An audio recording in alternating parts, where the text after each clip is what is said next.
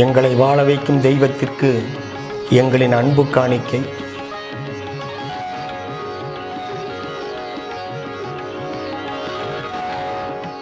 அனைவருக்கும் வணக்கம். புரட்சி தலைவர் நடித்த ஒரு படம், அதில் ஒரு பாடல் காட்சி. அந்த பாடல் காட்சியில் நடிக்கிறதுக்கு புரட்சி தலைவர் ஷெட்டுக்கு வர்றாரு. அந்த பாடலை கேட்குறாரு. கேட்ட உடனே அப்செட் ஆகி வெளியில் வந்துடுறாரு. என்னமோ தெரியல, ஏதோ தெரியலையன்ட்டு மேனேஜர், வசனகர்த்தா ஆரூர் தாஸ், எம்எஸ் விஸ்வநாதன், வாலி எல்லாமே புரட்சி தலைவர் ஏன் இப்படி கோச்சிட்டு போயிட்டாரு அப்படிங்கிறதுக்காக உள்ளே போகிறாங்க. போனவங்க கொஞ்ச நேரத்தில் சிரிச்சிட்டு வெளியே வர்றாங்க. தலைவர் அந்த பாடலுக்கு சும்மா அற்புதமாக ஆடி அசத்துறாரு. அந்த பாடலு ஹிட்டு, புரட்சி தலைவரோட டான்ஸு செம்ம ஹிட்டு. அது என்ன படம், என்ன பாடல் அப்படிங்கிறத பற்றி தான் இப்போ நம்ம இந்த வீடியோவில் பார்க்க போகிறோம்.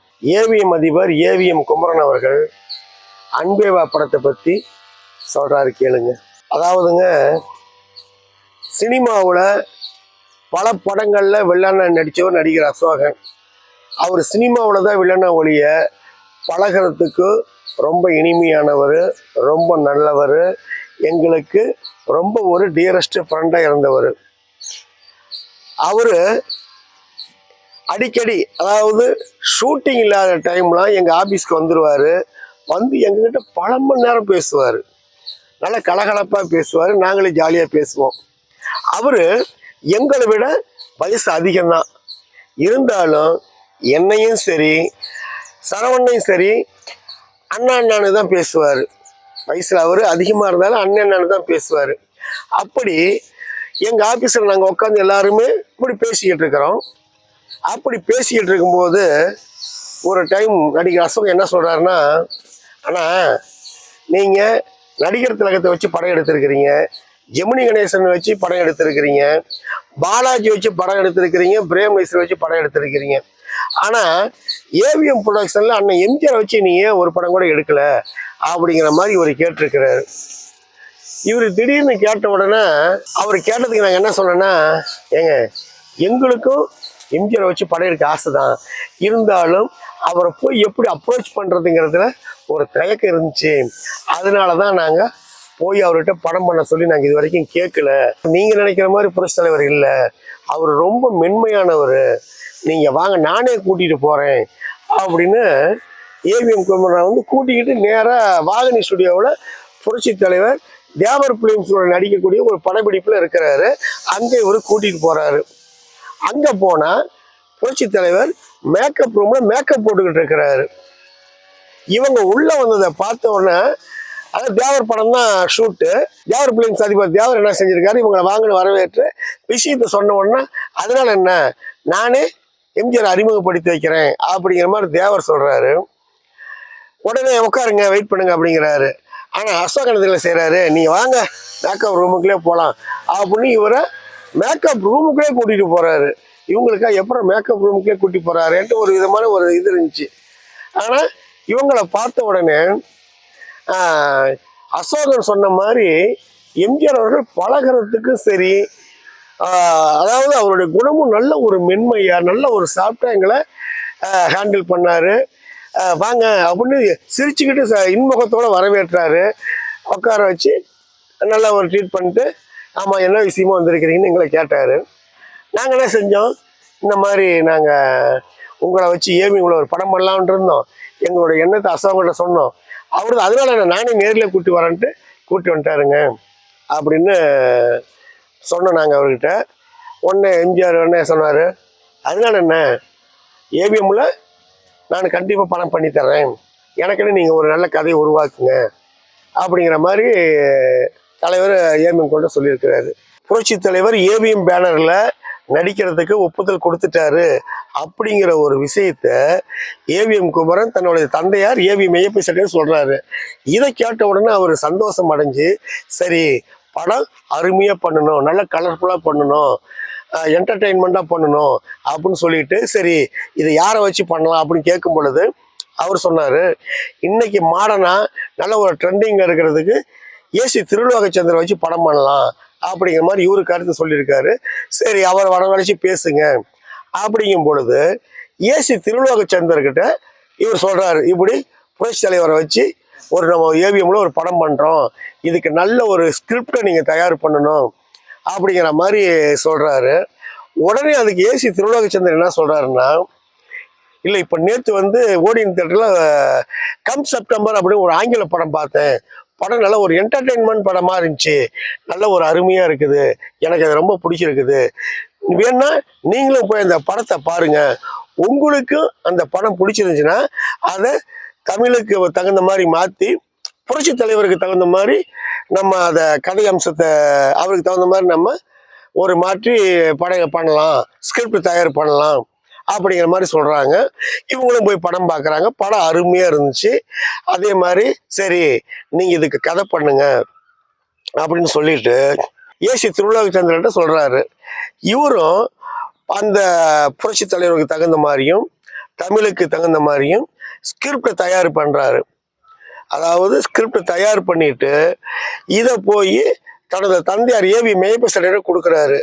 அவரு பார்த்த உடனே நல்லா அருமையா இருக்குது அப்படின்னு அவரு சில இன்புட்லாம் கொடுக்குறாரு, இதை இப்படி மாற்றுங்க, இதை இப்படி செய்யுங்க அப்படின்னு சொல்லிட்டு அவர் என்ன சொல்றாருன்னா, படம் கலர்ஃபுல்லா இருக்கணும், என்டர்டெயின்மெண்டா இருக்கணும், ஒரு ரிச்சா இருக்கணும், பார்க்கறதுக்கு ரசிக்கிற மாதிரி நல்ல ஒரு ஜாலியான அம்சமா இருக்கணும், முக்கியமா பாடல்கள் அருமையா இருக்கணும், பணத்தை பத்தி கவலைப்படாத படத்தை எடுக்கணுங்கிற மாதிரி அவரு பங்குக்கு சொல்லிட்டாரு.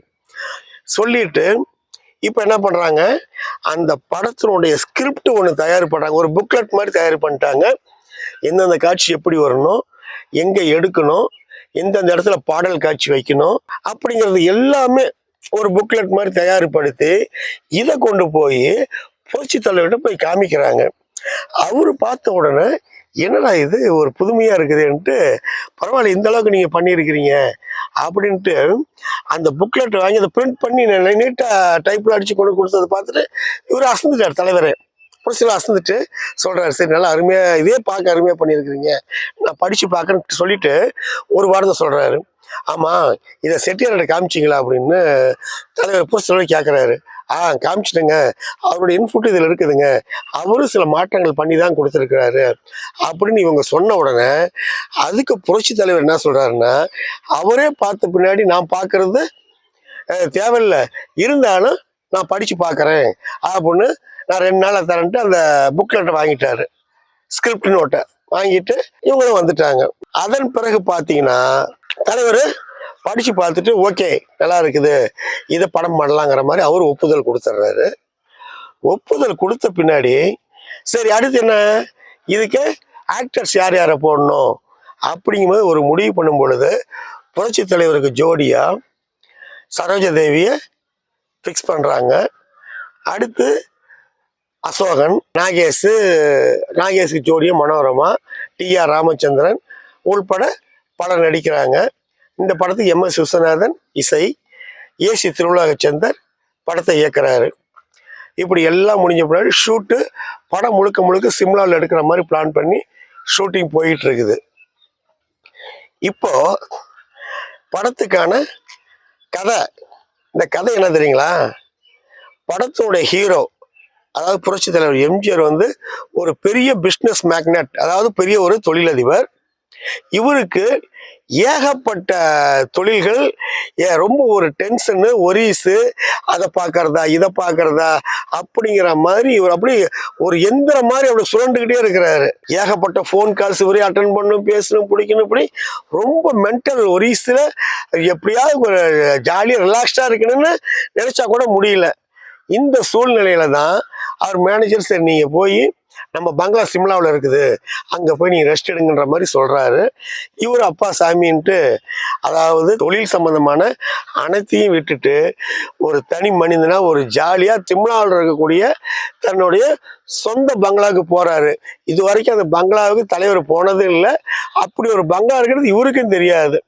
அப்படின்னா பார்த்துங்களேன், இப்போ அங்கே போனால் தன்னோட பங்களாங்கிறத இவர் சொல்கிறதுக்கு முன்னாடியே அங்க எல்லாத்துக்கும் வாடகை விட்டு மெயின்டைன் பண்றாரு பாத்தீங்களா நாகேஷ்.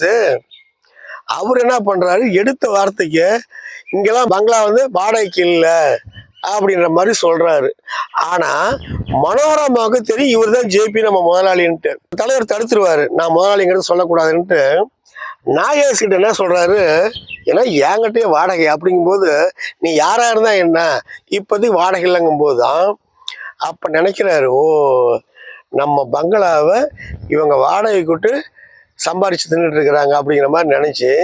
இருந்தாலும் என்ன நினைக்கிறாரு, சரி இப்போ நம்ம இந்த பங்களாவினுடைய முதலாளி ஜேபி இல்லாம ஒரு சாதாரண பாலுவா இருந்து வாழ்ந்து பார்க்கலாம் அப்படிங்கிறதுக்காக இவர் என்ன சொல்றாரு நாகேஷ்கிட்ட, நான் சிம்லாவை சுற்றி பார்க்க ராப்பகலாக கஷ்டப்பட்டு பணம் சேர்த்து வந்திருக்கிறேன், எனக்கு ஒரு சின்ன ரூம் இருந்தால் கூட அப்படிங்கிற மாதிரி அங்கே தங்குறாரு. தங்கும் பொழுது என்ன ஆகுது, அப்போதான் சரோஜதேவி புரட்சியாளர் மீட் பண்ணுறாங்க. அடிக்கடி மீட் பண்ணும் பொழுது இவங்களுக்குள்ள இவங்களை அறியாமலே ஒருத்தர் மேலே ஒருத்தர் காதல் அரும்புது. ஆனால் அந்த காதலை இவங்க 2 பேருமே வெளிப்படுத்த மாட்டாங்க. ஒவ்வொரு டைம்ல இவரை இவங்க டீஸ் பண்றதும் இவங்களை இவரை டீஸ் பண்றது இப்படியே போய்கிட்டு இருக்கும். கடைசியில தலைவர் ஒவ்வொரு ட்ரிப்பும் இவர் நம்ம மேல லவ் தான் பண்றாரா அப்படின்னு இவங்க நினைக்கும் போது தலைவர் நடந்து சொல்லிடுறாரு, எப்படியா நடிப்பு அப்படிங்கிறாரு. ஆக இவரெல்லாம் இப்படியா, நம்ம கிட்ட இந்த மாதிரி பழகிறது பண்றதெல்லாம் வெறும் நடிப்பு தானா அப்படிங்கிற மாதிரி இவங்க மனசுல எழுது. யாருங்க, சரோஜாதேவி மனசுல. ஒரு கட்டத்துல என்ன ஆகுது, சரோஜாதேவிக்கு முறை மாப்பிள்ள அசோகன் படத்துல வில்லனு. அதாவது புரட்சித்தலைவர் படம்னா என்ன இருக்கும், தாய் சென்டிமெண்ட் இருக்கும், அக்கா தங்கை சென்டிமெண்ட் இருக்கும், ஃபைட் இருக்கு, ஆக்ஷன் படமா இருக்கும். ஆனால் இதுக்கு முழுக்க முழுக்க ஒரு பொழுதுபோக்கான படம், ஒரு லவ் படம், ஜாலி என்டர்டெயின்மெண்ட் படம். அந்த வில்லனாக இருந்தாலும் கூட அவருக்கு எந்த விதமான ஒரு வில்லத்தனமும் இல்லாத மாதிரி இவருக்கு நண்பராக வருவார். 3 பேருமே ஹோட்டலுக்கு போகிறாங்க. தலைவர் போகிறாரு, சரோஜாதேவி போகிறாங்க, அசோகன் போகிறாங்க. அப்படி போகிறதுக்கு முன்னாடி இந்த ஹோட்டலில் இவங்க தங்கியிருக்கும் பொழுது சரோஜாதேவியினுடைய ஃப்ரெண்ட்ஸுங்க காலேஜ் ஸ்டூடெண்ட்ஸ்லாம் சென்னையிலேருந்து சிம்லாவுக்கு வர்றாங்க. சுற்றி பார்க்க வரும் பொழுது இவங்க எங்கே தங்கணும் போது, இவ்வளோ பெரிய பங்களா இருக்குமே நீங்கள் ஏன் அங்கே போகிறீங்க அப்படிங்கும்போது நாகேஷ் சரோஜாதேவி எல்லாம் அங்கே தங்க வச்சிடறாங்க. அப்போ என்ன பண்ணிடுறாங்க, தலைவர் அங்கேருந்து எப்படியாவது துரத்தி விட்டுறணும் அப்படிங்கிறதுக்காக அங்கே ஒரு பாட்டு, ஏ நாடோடி நாடோடி ஓட வேண்டும் ஓடோடி. ஆனால் தலைவர்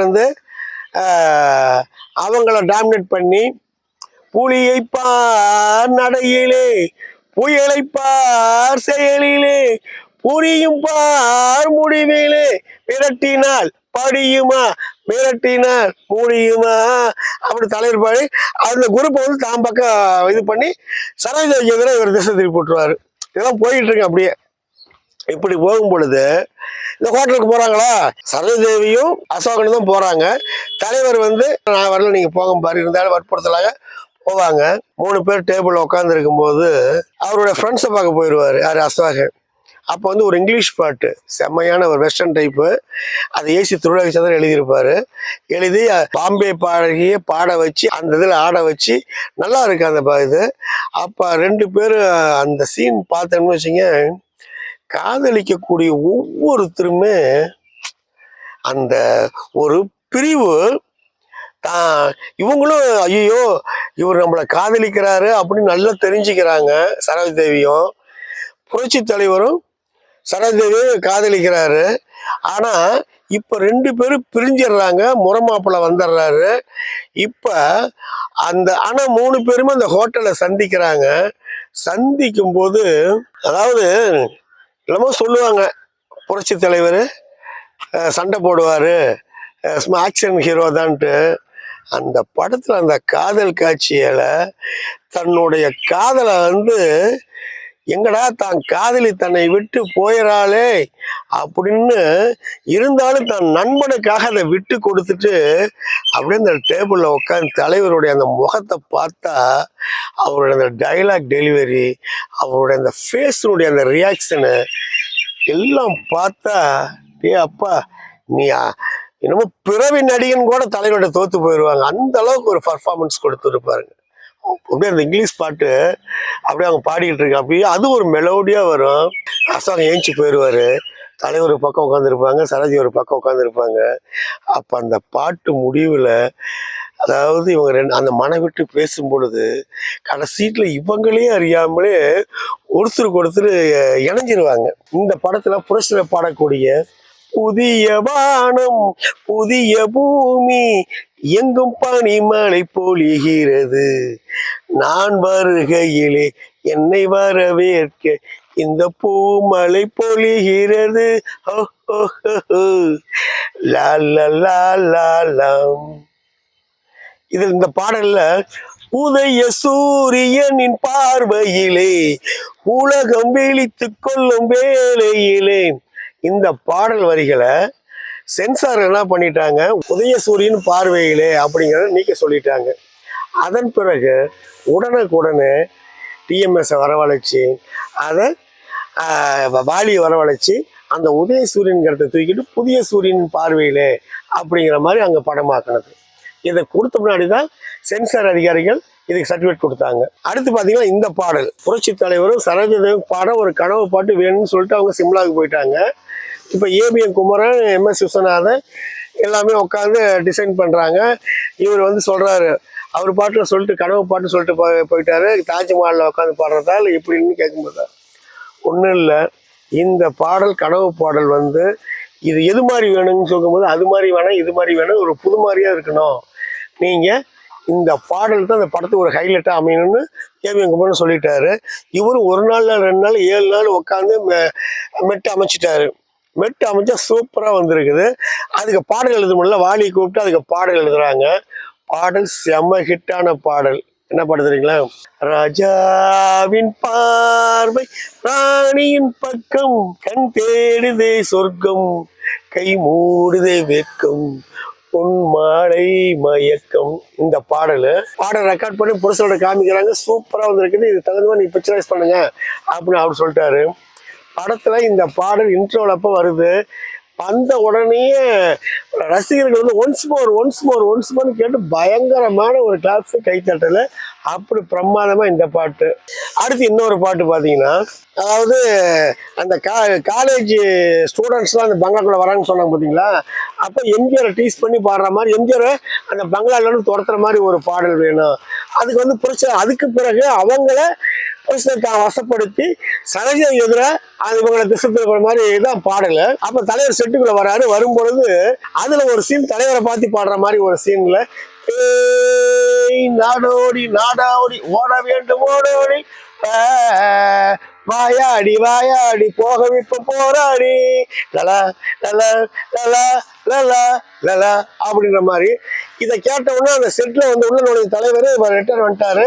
ரிட்டர்ன் வந்து ஒரு ரூமில் போய் உட்காந்துட்டாரு. அப்புறம் ஏன்னு கேட்டால் உடனே ஆரூர்தாஸ், வாலி, எம்எஸ் விஸ்வன் எல்லாம் உள்ளே போய் பார்த்தா எப்படி இந்த நாடோடிங்கிற வரிகள் வைக்கலாம் அப்படிங்கிற மாதிரி சொல்லியிருக்கிறாரு. சொன்ன பின்னாடி அதன் பிறகு இவங்க சொல்லியிருக்கிறாங்க, ஏங்க அதுக்கு பிறகு வர வரிக்கு பாருங்க, அதுக்கு பிறகு வரிக்கு பாருங்கன்னு சொல்லும் பொழுது தான் அதை கேட்டோன்னு தலைவர் சமாதானம் இருக்கிறாரு. அப்பதான் தலைவர் பாடுற இந்த லைன் இருக்காங்க, புலியை பார் நடையிலே புயலை பார் செயலிலே தெரியும் பார் முடிவிலே மிரட்டினால் முடியுமா மிரட்டினால் படியுமா.